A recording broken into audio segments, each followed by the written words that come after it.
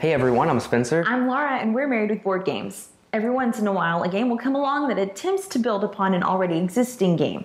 Ideally, the goal would be to enhance that previous existing game and make it more enjoyable, competitive, or even thematic. However, sometimes in attempting to make something better, some games come out just looking lazy and even like a cash grab. In this review, we are taking a look at 4, and we'll make the determination of which category it fits into.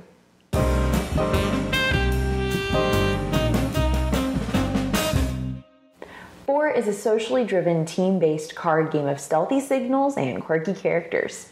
4 is played in rounds in which the goal of each round is to collect 4 characters of one kind, like sharks, pandas, ninjas, you get the idea. And once a player has 4 of a kind, they give a predetermined secret signal to their teammate, who then must quickly grab a victory token, say 4, and then declare which player they think has 4 of a kind. If successful, they will keep the victory token for their team, and the first team to 4 victory coins wins the game. Now, if it sounds familiar, it's because this game very closely resembles a card game called Kemps, but it is different in several ways. Let's head over to the table and show you what sets this game apart. Alright, I've set up for a 4-player game of 4, and the way that works is it's 2 versus 2. It's a team game. And so everybody starts off with a hand of 4 cards, and the goal, again, as stated, is to get 4 of a kind. And you can see here some examples of the cards, what this person started out with. They already have 2 gentlemen, and they have giraffe and a wizard. Now, you can notice here that some of these have special abilities on here. So, for example, when you trash this giraffe, you can trash the rest of your hand and draw 4 cards. Or for this wizard actually counts as a ninja or gentleman or even a wizard. So you could have 4 wizards of a kind, or you could use it to count as a ninja or gentleman. So technically, I already have 3 of a kind in this hand. But those are some examples of the special abilities. I'll show you some more here in a second. Everybody has a trash card, and that's where you're going to discard all of your cards whenever you don't want them. In the middle, you have 2 cards to choose from, so that's what you're going to be drawing from whenever after you trash a card, you can draw a new card. Here's the victory coin that you grab whenever you think your partner or even somebody else has 4 of a kind, so you'll grab that, and if you're right, you get to keep it. First team to 4 of these wins the game. And there are several of those, and they all have a different illustration on the back. I got the panda one, I got lucky for that. And then finally here are just some more examples of the cards. We have, there's the giraffe, a robot. Robot, when you trash it, lets you draw a card. Here's a shark, lets you trash any face-up card. So you can see that there's a wide variety of different effects. +1 victory to your team. If you win and have 4 of a kind of the panda, you can get an extra victory coin to help you win even faster. Ninja, you may declare yourself when making a claim, so you don't even have to wait for the secret symbol. When you have 4 of a kind in ninjas, you can automatically declare yourself when declaring 4 of a kind. So those are some examples of the types of cards that you'll see in 4. Okay, so let's get to our thoughts on this one. Let's start where we always start, with the presentation of the game. What are your thoughts on the artwork? Well, I think it's super fun. Yeah. I was surprised at how dark the box looks. Like when it's laying on the shelf and you just see it from the side, and it just looks so dark. I didn't think it was going to be these light-hearted, whimsical characters until you turn it over and you look and oh look, pandas and wizards. Yeah, and those characters are definitely very colorful. Yes. I think the artwork is done very well. Yes, they had a great artist on this. Yeah, definitely high quality artwork. So the presentation visually is very well executed. Yeah, kudos for that. And it's a lot of variety in the characters. You don't have just people, you don't have just animals, but you've got a mixture of different tropes and yeah, it's really cool. All the different things you encounter in this game. And we played several rounds of this, and each time I'd be like, wait, I didn't even know this was in here. Yeah, it takes each you a round while. We would see new things we hadn't seen before. That was really cool. Yeah, so it was like a new thing each time you draw a card. So now that we get through that, we've got through the presentation, the look of the game, let's get into the gameplay of it. My thoughts are at its very base level, it's a very simple game. The concept of, you've got a hand of 4, you put one down, you pick one up until you get Right. Four of a It's kind. funny that when you finally clicked with Spencer, Kemps, he knows Kemps. You grew up playing that. Yeah. You didn't call it Kemps. For some reason, we called it Spades, but it was the same It thing. was Kemps.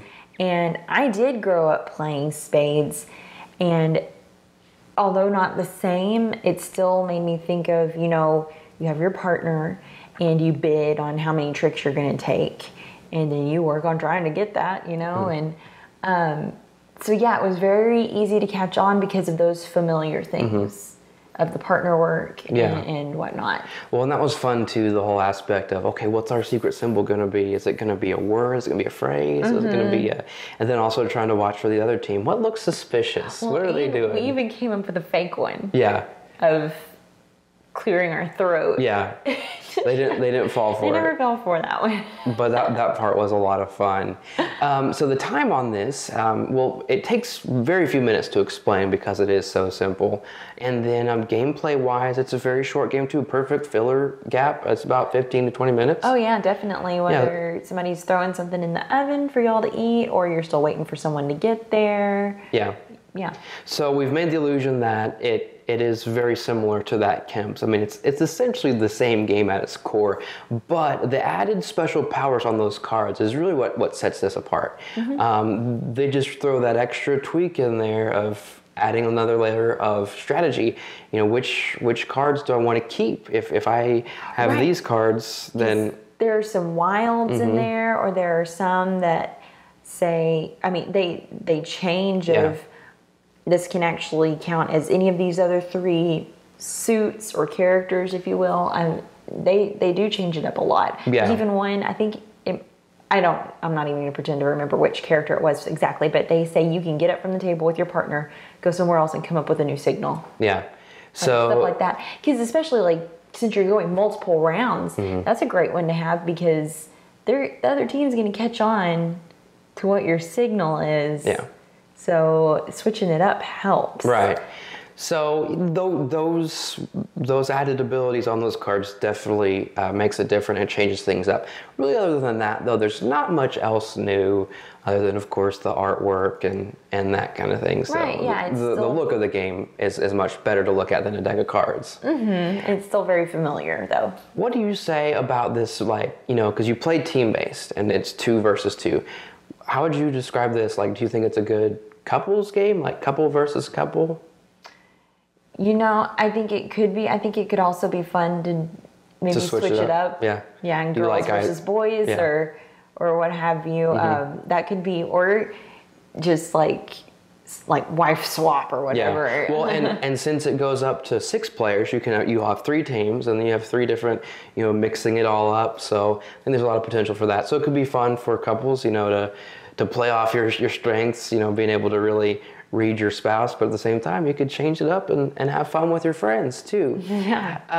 And another great thing about this game is it's really fast paced. There's no turns. It's not like you take a turn. It's all, everybody's going at the same time. As soon as you see a card that you want, you pick it up and put the other one down. That's always my preferred filler, is because sometimes some fillers can get a little bit long. Yeah. But that tends to always make it a little bit quicker. Now, even though it does go quicker, there is a little bit of lag time. Because what can happen is, down on the table, there can be cards that nobody wants. And so you gotta wait. Okay, does anybody want that? Does anybody want that? So you do have to wait. Yeah, you have to figure out. You have to wait until everybody decides. Okay, yeah, we're all passing on this. Yeah, and then so that can kind of interrupt the flow a little bit, but not too bad. Right. And yeah. So I feel like, bottom line from us, 4 successfully builds upon Kemps to provide a fun, light experience for dueling couples or just a group of friends looking for a good time.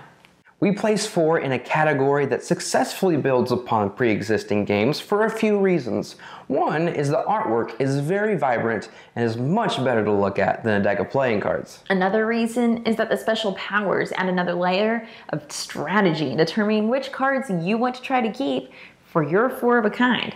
Other than that, though, it still essentially plays like Kemps. And although the game can lag when people just aren't seeing the cards that they want in the draw area, we still think 4 is a worthy casual filler game, especially for couples. For those reasons, We rate 4 a 6 and give it a seal of approval. Thanks for joining us for this review. Check out our other reviews right here on the Dice Tower's YouTube channel.